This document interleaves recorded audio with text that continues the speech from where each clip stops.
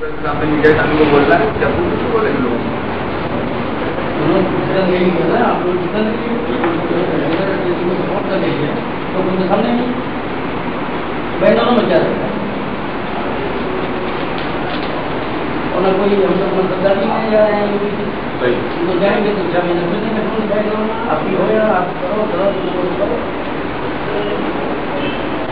हमें कौन सा लोग बसना है। इलेक्शन हुआ तो बॉम्बे से हुसैन भाई लालजी जो हमारे राष्ट्रीय अध्यक्ष थे ऑल इंडिया शिया पॉलिटिकल कॉन्फ्रेंस के, उन्होंने जिन्ना के खिलाफ इलेक्शन बाकायदा लड़ा और ये जताया इस देश को कि भारत के सारे मुसलमान पाकिस्तान नहीं चाहते। ज्वाइंट इलेक्टोरेट सिस्टम जो आज जो संयुक्त प्रणाली है आपके वोट की, उसका भी सबसे पहले 1929 में पटना में इस कॉन्फ्रेंस ने पहली बार इस देश से इंट्रोड्यूस किया। आज़ादी के बाद इस कॉन्फ्रेंस का रोल अपने सोशल काज के लिए, स्कूल चलाने के लिए, ऑर्फनेज चलाने के लिए, प्रेस, लाइब्रेरी, ये सब हम करते रहे। आज हम इस मोड़ पे आके खड़े हो गए हैं कि अब हमें खुल के सामने आना पड़ा। यहाँ पे कांग्रेस के डॉक्टर करण सिंह और श्री अटल बिहारी वाजपेयी जो बीजेपी के हैं, 2 कैंडिडेटों में आज टक्कर है। कभी भी कौमी सतह से हम लोगों ने किसी पॉलिटिकल पार्टी की राजनीति नहीं की और बल्कि सिर्फ अपने कौम का जो वकार था और जो अपनी ग्रीवांसेस थी उसके लिए लड़ाई लड़ते थे। आप सबको मालूम है कि लखनऊ में शियों के आज़ादी के जुलूस सन 74 से बंद थे, जिसके लिए 18 साल तक सुप्रीम कोर्ट तक मुकदमा चला और सुप्रीम कोर्ट ने हमारे हक में फैसला किया कि ये बहुत पुराने जुलूस हैं और इनके रिलीजन का हिस्सा है, इसलिए इसको उठने की इजाज़त दी जानी चाहिए। हम धन्यवाद देते हैं बीजेपी सरकार को कि चाहे जैसे सारे जुलूस नहीं उठवा पाई, लेकिन कुछ जुलूस उसने उठवाया। उसके पहले जब मायावती की सरकार थी, हमारे 3 नौजवानों ने आत्महत्या किया की, एक तरह से अपने को जला लिया कि साहब ये हमारे रिलीजन का एक हिस्सा है, हमारे कल्चर का, इसको क्यों रोका जा रहा है। और बाद में ये जुलूस निकाला गया और अटल जी ने इसके लिए बहुत प्रयास किया। तो एक तो उनका हम धन्यवाद देते हैं इस मंच से आज। दूसरी बात, हमने बहुत गौर से कांग्रेस और बीजेपी के लीडरों से बातचीत की। हमसे मिलने के लिए हमारे घर पे श्री गोविंदाचार्य भी आए, प्रधानमंत्री से ऑफिस से जुड़े हुए शिव कुमार जी वो भी आए, मुझसे जो है तमाम बीजेपी के लोगों ने, लालजी टंडन से लेकर सारे लोगों ने बात की और कांग्रेस के करण सिंह और अर्जुन सिंह ने काफी बात की। आपको जान के ये हैरत होगी कि 13 तारीख को जब करण सिंह आए तो इस शहर में उनको अपना सेंट्रल ऑफिस बनाने के लिए कोई जगह नहीं थी और शाम को बैठ के 2-3 लोग, नरेश चंद्रा और सिद्धरली जैसे लोग, ये चर्चा कर रहे थे कार्ल्टन होटल के 22 नंबर कमरे में कि साहब क्या होटल से सेंट्रल ऑफिस चलेगा, इसका मैसेज बहुत गलत है। तो करण सिंह ने मुझसे मदद मांगी। मैंने राजा सलीमपुर से बात करके सज्जाद साहब से 11:30 बजे रात में मैं इन दोनों के साथ कल्याण आदि जो हमारे संगठन मंत्री हैं और जो है ये अपने भाई अब्बास साहब, इन दोनों को लेकर के मैं गए, इनका रिलेशन भी उनसे है और उन्होंने एक जबान कहने पे कांग्रेस का सेंट्रल ऑफिस खोल दिया। यहाँ के तमाम मुस्लिम लीडरों से करण सिंह की मैंने मुलाकात कराई अपने घर पे बुला के, जमात इस्लामी के चीफ से और मुस्लिम मजलिस मशावरत की जनरल सेक्रेटरी शफी मोनिस से और अली मियां वाले। हमने एक आशा की निगाह से देखा कि शायद कांग्रेस सुधर रही है, शायद कांग्रेस का चरित्र ठीक हो रहा है, शायद कांग्रेस का नेतृत्व जो है बहुत बढ़िया चल रहा है सोनिया जी के नेतृत्व में। लेकिन हमने 15 दिन के अंदर ये देख लिया कि इनको ना लखनऊ से कोई दिलचस्पी है, न लखनऊ के मुसलमानों से कोई दिलचस्पी है। ये कहीं शिया सुन्नी कर रहे हैं, कहीं सुन्नियों में बरेली और जो है देवबंदी का चक्कर चला रहे हैं, कहीं शियों में सईदी और नकली का चक्कर चला रहे हैं, यानी हमारे समाज को ये बिखरा देना चाहते हैं।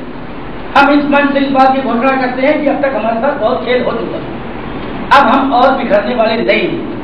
हम सारे शियों को एक मंच पे लाने का प्रयास कर रहे हैं। अगर कुछ लोग दिग्भ्रमित हैं या बिके हुए हैं तो उनकी हम परवाह नहीं करते। इंडिविजुअल्स कहीं भी हो सकते हैं। आज मैं दिल्ली में रहता हूँ, यहाँ पे इस संगठन को चलाने का कार्य नौजवानों ने अपने हाथ में लिया है।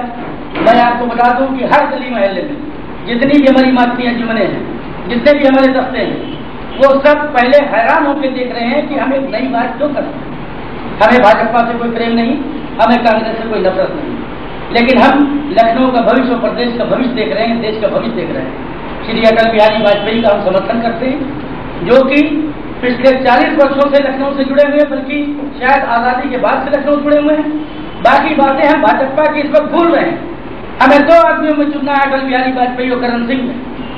दोनों का जब हम मूल्यांकन करते हैं तो अटल बिहारी इस क्षेत्र से परिचित है, यहाँ के लोग उनसे परिचित हैं, यहाँ की समस्याओं से वो परिचित हैं, प्रधानमंत्री हैं, बहुत असंतोष है, कोई कल्याण सिंह से नाराज है, कोई किसी से नाराज है, कोई कहता सड़कें नहीं बनी, कोई कहता गलियां नहीं बनी। ये सब छोटी बातें हैं, इसको हम फिर देख लेंगे। लेकिन महाराजा करण सिंह जो राजमहल में चल के यहाँ आए हैं लखनऊ में, इसके बाद उनकी फोटो भी आपको दिखाई देगी कि नहीं दिखाई देगी, इस पर मुझे शक है।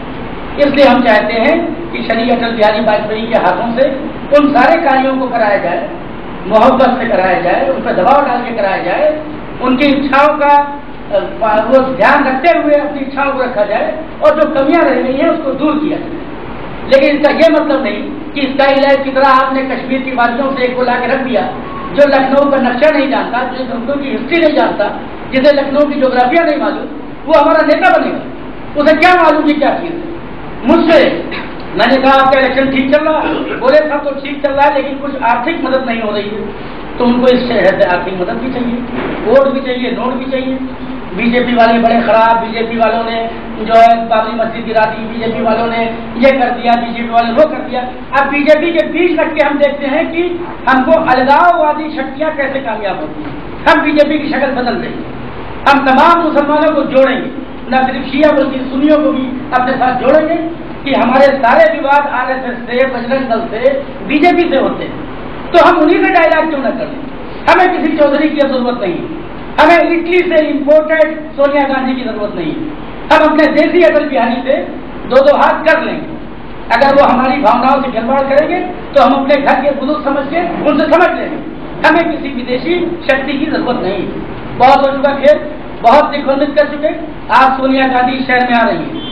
मैं उनसे कहता हूँ, अगर करण सिंह अटल जी से ज्यादा योग्य है, अगर करण सिंह अटल जी से ज्यादा महान है, तो इसका मतलब सोनिया जी से भी वो महान है।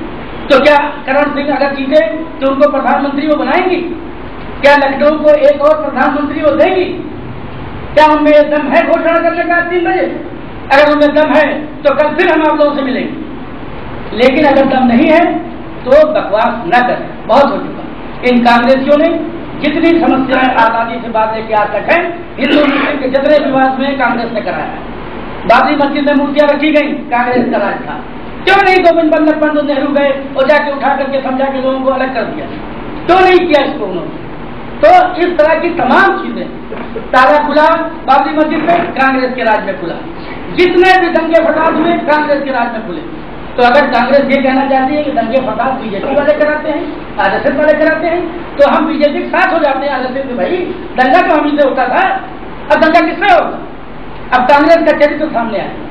अब हमें मुखौटे लगाए हुए चेहरे नहीं चाहिए। अब कुछ कांग्रेस को सुन लीजिए, जगदम्बिया पाल जिसने एक दिन के लिए सही कल्याण सिंह की गवर्नमेंट गिराई, इतना बड़ा समर्थन उसको मायावती मुलायम सिंह सबने मिलकर किया, उसे टिकट नहीं दिया गया। और डुमरियागंज कांस्टिट्यूंसी जहां उसने इतनी बड़ी रैली कराई, तमाम अर्जुन से लेकर तमाम नेताओं को लेकर गया, 2 लाख की रैली उसने कराई। वहां पे समाजवादी पार्टी से कमाल यूसुफ मुसलमान लड़ रहा है चुनाव, तो उसके मुकाबले कांग्रेस ने भी मुसलमान एक एमएलए जिसका नाम मुकीम है उसको टिकट दे दिया। यानी आप चाहते हो कि मुसलमानों को भिड़ा के आप किसकी मदद कर रहे हैं? आप करना क्या चाहते हैं? सलमान खुर्शीद जो मेरे बहुत पर्सनल दोस्त हैं, उन्होंने हर जगह ये काम किया है कि हारने वाले उम्मीदवारों को टिकट दो ताकि उनकी राजनीति चल सके। तो हम कांग्रेस की या बीजेपी की राजनीति का हिस्सा नहीं बनना चाहते। हम एक कौम है, 5 करोड़ की हमारी संख्या है देश में। 5 करोड़ मुसलमानों के 25% शिया है हिंदुस्तान में। और जो शिया किसको कहते हैं? जो मौला अली और उनके परिवार इमाम हुसैन को माने और मुहर्रम वगैरह मनाए। ऐसे सुन्नी भी है जो 75% मुहर्रम मनाते हैं। हमारी संख्या मिला के बहुत ज्यादा होती है। हम एक विचारधारा बनाएंगे, सारे मुसलमान न जिन्ना के पीछे गए न मेरे पीछे आएंगे, और न मुझे मुसलमानों का कोई अलंबरदार बनना है। मैं सेवक हूँ, सेवक रहूंगा। एक यहाँ के बहुत बड़े मौलाना, वो सोनिया गांधी से 3 दिन पहले मिले, उनके साथ मिस्टर मंजूर अहमद भी थे, डॉक्टर मंजूर अहमद जो मिल्ली काउंसिल के अध्यक्ष हैं, और मिस्टर फोतेदार उनको लेकर के मिलाने के लिए गए। उनमें आपस में कुछ गुफ्तगू हुई। मैं उन मौलानाओं को कहना चाहता हूँ, क्या लखनऊ में एक रैली करके मुसलमानों की सोनिया गांधी को नहीं बुला सकते? कि मिल्लत के बीच में आए और सबके सामने बात हो कि सोनिया क्या कहना चाहती है।